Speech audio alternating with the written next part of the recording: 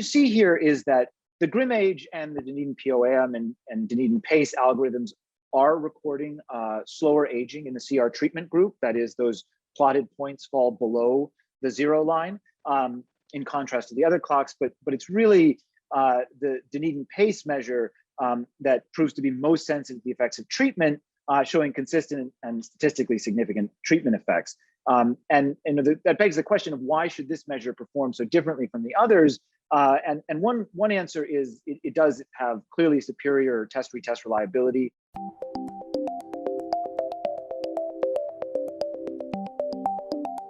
Thanks everyone for sticking it out for this talk. I'm very pleased to join you and be able to share some of the work we've been after for the last couple of years.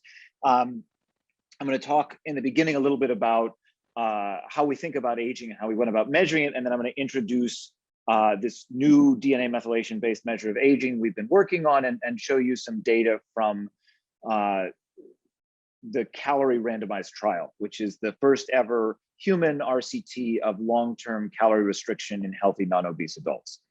There's a disclosure here. You'll hear more about that in the next talk.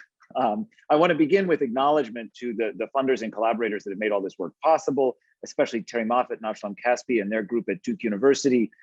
They've been my great mentors and collaborators these past many years. And also David Corcoran and Karen Sugden, who've worked quite closely with me on many projects, especially development of these measurements that I'll tell you about, and Richie Polton, who directs the Dunedin study at the University of Otago that provided much of the data that went into the development of this measure. Other folks on the slide are Andrea Baccarelli and Zhu Gao at Columbia University and Peking University, respectively, Michael Coboard and David Lin at the University of British Columbia, and then my collaborators on the Calorie trial work, Bill Krause, Virginia Krause, and Kim Huffman, who is leading the team at Duke. Okay, so you've seen a lot of stuff over the past couple of days of this conference having to do with geroscience. I'm not gonna sort of belabor that point, but I think it is useful orientation at the outset of talks like this one, just to describe what we think is going on.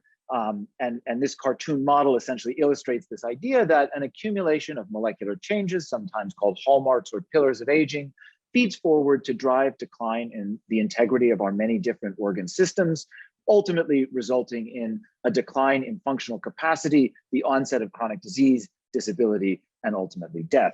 And critically, the hypothesis in geroscience is that intervention to slow or reverse these molecular changes can forestall declines in system integrity and thereby delay or prevent functional decline, disease, disability, mortality, et cetera, et cetera, et cetera.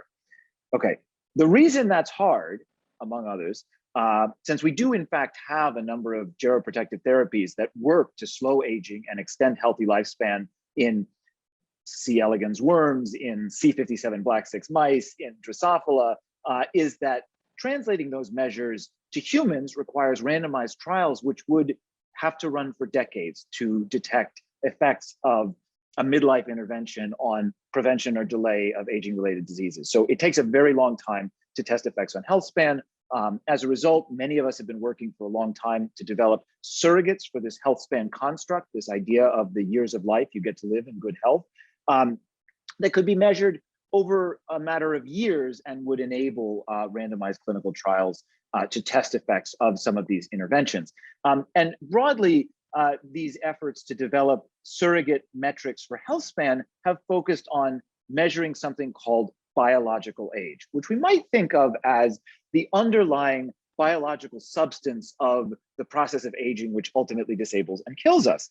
And the figure from I think it's a Nature Reviews molecular biology article from some years back, illustrates the general concept of quantification of biological age, which is that we build a model in some reference data set or sample that describes typical biological or physiological states of individuals at different points in the lifespan. And we can then take our research participants and benchmark them against this reference population to say, well, you may be, let's say 25, but you have the physiology of the average in our reference data set, 30-year-old. So you're 5 years older biologically than you are chronologically, and vice versa. Again, I'm sure you've heard a great deal about this so far today. feel free to ask questions at the end if the idea is unclear, but ultimately, biological age is a summary of the extent to which the biological process of aging has unfolded in a participant's body up to the time that we measure it, and describes how much older or younger they are than we think they should be based on our model. Now, there are some limitations to this biological age construct that I want to outline as sort of preliminary arguments for the development of the measurements that we've been working on and that we were seeking to address. And these are briefly mortality selection, cohort effects, and uncertain timing of the exposures that drive differences between biological age and chronological age. And I'll say a few additional words about each of these in turn. So mortality selection, or sometimes called survival bias, depending on your discipline, ultimately represents the idea that older and younger individuals are drawn from different populations. Young people have experienced very little aging-related mortality. Individuals born in the same year as those folks have already died. And as a consequence, our models of biological age that are developed from comparisons of older and younger people may underestimate the true aging signal, because we're essentially comparing a true population average drawn from people in their 20s and 30s to this slower ager average represented by people we're observing in their 70s and 80s. A second limitation of the approaches to develop biological age is the presence of cohort effects. And these are differences between individuals born in different years in exposure history. And so we might imagine that in our studies, when we're looking at folks who were born in the 1920s and 1930s and comparing them to people who were born in the 70s, 80s, 90s, and now the 2000s, there are dramatic differences in their exposure to undernutrition, to pathogens, both in utero and postnatally, to a range of environmental toxicants, as well as certain health behaviors that have become dramatically less prevalent over time. In particular, we might think about tobacco use.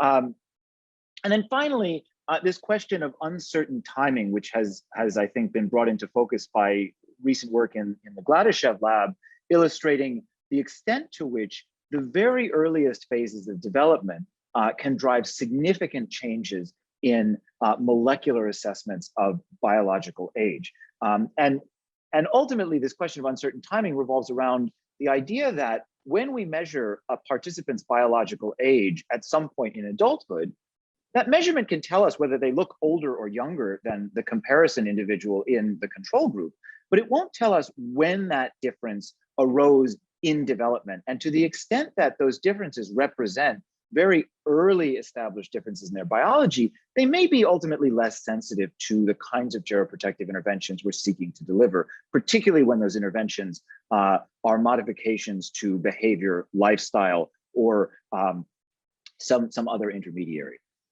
So the current measurements that we have, particularly at the molecular level of biological age, are a family of measurements known as DNA methylation clocks. And on the slide here is Steve Horvath, who I think you heard from earlier today. And back in 2013, he sort of changed the world in terms of quantification of biological aging with his introduction of the multi-tissue DNA methylation clock. For those of you, for whatever reason, just joining us now, these clocks are algorithms that combine information about DNA methylation states of loci across the human genome to infer the biological age of the individual, again, based on a model developed in a reference data set. For those of you not familiar with DNA methylation, you can see the little cartoon on the slide. These are chemical tags on the nucleotide sequence of our genomes. And in sort of classical genome biology, they act to silence the expression of genes. In fact, we know that DNA methylation marks are gained and lost with the process of aging, and in fact, in such a regular way that these algorithms, these epigenetic clocks, can predict the chronological age of an individual with stunning accuracy. And it's on the basis of that initial observation that they're very good at predicting age that Steve Horvath and his colleagues developed this epigenetic theory or epigenetic clock theory of aging proposing that those whose clock ages were older than their chronological ages were in fact biologically older, and that the reverse was also true. The development of these DNA methylation clocks has gone through 2 phases so far. The first generation of clocks were based simply on models of differences between people who were younger and older in terms of their chronological age. A more recent iteration in their development has focused on differences in mortality risk and filtered often through measurements of participants' physiologies. So the pheno-age clock and the grim-age clock, about which I imagine you've heard a great deal so far at this meeting, were developed by modeling age and physiological differences from DNA methylation, and then in turn fitting that to a mortality risk model. And the second generation of clocks are far superior at predicting morbidity and mortality. But they remain subject to those core limitations of biological age measures that I articulated previously. Mortality selection is still a significant problem, somewhat mitigated in the second generation clocks, which model mortality risk differences rather than chronological age differences. And then the cohort effects and uncertain timing issues remain profound.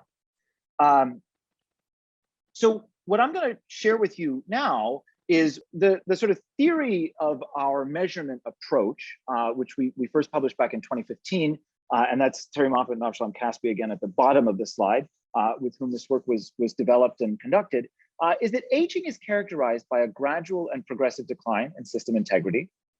And we can therefore infer that underlying rate of biological aging from observations of decline in integrity occurring across multiple organ systems. Changes in any individual system could reflect a specific disease process or an injury, but changes occurring across multiple systems are more likely to reflect that underlying process of aging, which we know drives cross-system vulnerability. And finally, that process of decline should be observable already by young adulthood, even in people who are still decades from typical age of onset of the range of chronic diseases that are the classical signs of advancing biological aging. And so very briefly, the way we went about designing this measure was to compile assessments of multiple different organ systems within a cohort of individuals who were all born in the same year. So these are participants in the Dunedin longitudinal study, a birth cohort consisting of all the babies born in the Queen Mary Hospital in Dunedin, New Zealand between 1972 and 1973. And at the time we conducted this study, they'd been followed up through their 38th birthday. And at each of 3 assessments, at ages 26 years, 32 years, and 38 years, they were brought into the laboratory at the University of Otago, and a range of measurements were taken of their lung function, of their cardiovascular health, bloods were drawn, and DNA was assayed for telomere length, among other things. What you can see in the middle figure on this slide is that we observed, even in these young, healthy individuals, broad, consistent changes across these many indicators in a direction associated with aging. So for some of these measurements like lung function or cardiorespiratory fitness that are known to decline with age, we've reverse coded them for the figures. So an upward slope indicates the direction of age-related change we expect. And finally, we modeled these slopes of change in each of these biomarkers to estimate for each participant how fast their body was changing on each marker. We composited those estimates of change to form this single index, which we called pace of aging. And it's scaled so that a value of 1 corresponds to the expected biological change occurring in an individual over 12 calendar months. And so the histogram shows you that in this cohort, some people were aging slow, some people were aging fast, most of them were aging about as we expect. We, of course, couldn't establish that these differences forecasted differences in mortality because the participants were still early in midlife at the time the assessment was conducted. But we were able to test whether people whose bodies were changing more rapidly showed deficits in physical and cognitive functions, as well as what we called subjective signs of aging. So participants' assessments of their own health, and then assessments made, in this case by Duke University undergraduates, of how old their faces looked. And there have been subsequent studies published led by Max Elliott, illustrating that not only are the faster agers showing deficits in physical and cognitive functions, but in fact, they show signs of accelerated aging of their brains based on MRI data. We also performed an analysis that I'm calling here backward validation, and one that I think has gained some traction in the field. We're seeing more of it. And here what we're doing is we're simply testing, are people who we already know to be at high risk for early onset of aging-related disease and shorter healthy lifespan, showing signs of faster aging by this measurement. And what each of these cells of this graph is showing you is that each of these early life risk factors is forecasting either a faster or a slower pace of aging. So people with long-lived grandparents are aging more slowly. People who grow up in wealthy households tend to age more slowly. Those who have more adverse childhood experiences are aging more rapidly.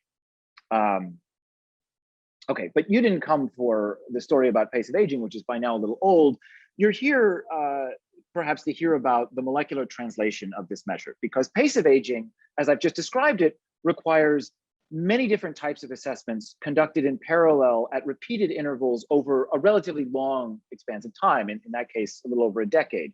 What we want is a test that we could administer at a single point in time that will tell us how fast a person is aging. So we use the cartoon image of a speedometer, but in fact, what we're kind of using this test as is a radar gun. In any case, we published our first molecular translation of this measure last year. We named it Dunedin POAM for Dunedin pace of aging from DNA methylation. And in our eLife article, we report that we can perform this distillation of our 3 time point 18 indicator measure of physiological change into a single time point DNA methylation blood test. And then we can take that blood test and apply it in a range of different studies and show that it does things like predict morbidity and mortality, record accelerated aging in people exposed to early life adversity, and so forth. And what I want to spend the rest of my time on here is addressing our next iteration in the development of this measure. So the original Dunedin POAM measure was good proof of concept, but it suffered from 2 limitations. One was that the pace of aging on which it was based had limited life course follow-up, just 3 time points of measurement over only 12 years, spanning this kind of young adulthood to midlife transition. So before processes of aging are perhaps accelerating in the way we expect them to as folks grow older. And then a second limitation that's recently been pointed out in some work by my colleague Karen Sugden, as well as by Morgan Levine's group at Yale, is that this measurement, like the other DNA methylation clocks, has moderate test-retest reliability. If you're familiar with what an intra-class correlation coefficient is, the value is around 0.8. And that's a problem if we want to use a measurement like this in a randomized trial to test how treatment changes a person's value of this measurement from pre-treatment baseline to post-treatment follow-up. So what I'm going to tell you about now is this work to develop the second generation DNA methylation pace of aging, which we call Dunedin PACE. And in this case, the acronym is pace of aging calculated from the epigenome. And there are 2 significant developments in this further iteration of the measure. The first, of course, is that it represents an extended follow-up of the pace of aging, now recording 20 years of physiological change across 4 time points of measurement. And you can read more about the details of that assessment in Max's paper in Nature Aging from earlier this year. The second is that based on some work that Karen Sugden did and is published in Cell Patterns a couple of years ago, we conducted the analysis to distill the 2-decade pace of aging into a DNA methylation blood test using only a subset of DNA methylation probes included on both the Illumina 450K and EPIC arrays. Specifically, we screened the probes that were on both of the arrays to select the subset that showed relatively higher test-retest reliability. In this case, ICCs of 0.4 were the threshold used. It's a little under 100,000 probes included in the training analysis. And that yielded an algorithm consisting of 173 CPG sites, or distinct methylation locations on the genome, to produce this Dunedin PACE algorithm. And just to begin with, that approach of using the subset of probes that Karen had identified to be reliable proved to be fairly effective in boosting the test-retest reliability of this measurement. So you can see a scatter plot of, I think it's 36 replicates on the left-hand side of the figure. And then on the right-hand side of the figure, I'm plotting ICCs for this Dunedin pace measurement, the original Dunedin POAM, and then these 4 benchmark DNA methylation clocks in each of 3 data sets. So 2 small data sets comparing 450K assays and EPIC assays, and then a larger data set comparing across 450K and EPIC assays. And in all of them, you can see that the Dunedin pace algorithm substantially outperforms the original Dunedin POM as well as the other clocks, although the GrimAge has a higher test-retest reliability in the within array comparisons. I'm going to share now with you a couple of validation observations of the Dunedin pace measure.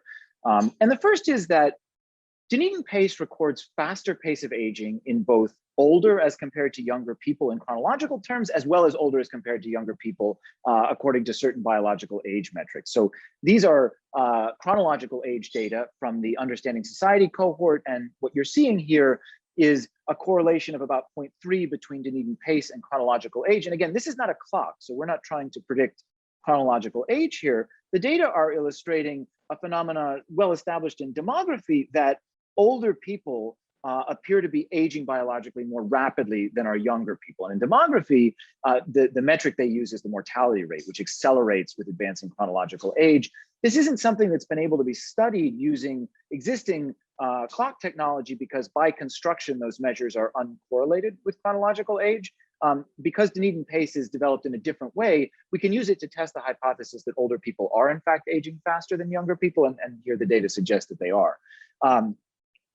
We also see that people who are measured to be biologically older than their chronological age using the different DNA methylation clocks also exhibit faster pace of aging, and that's particularly true for the clock most predictive of morbidity and mortality, the GrimAge.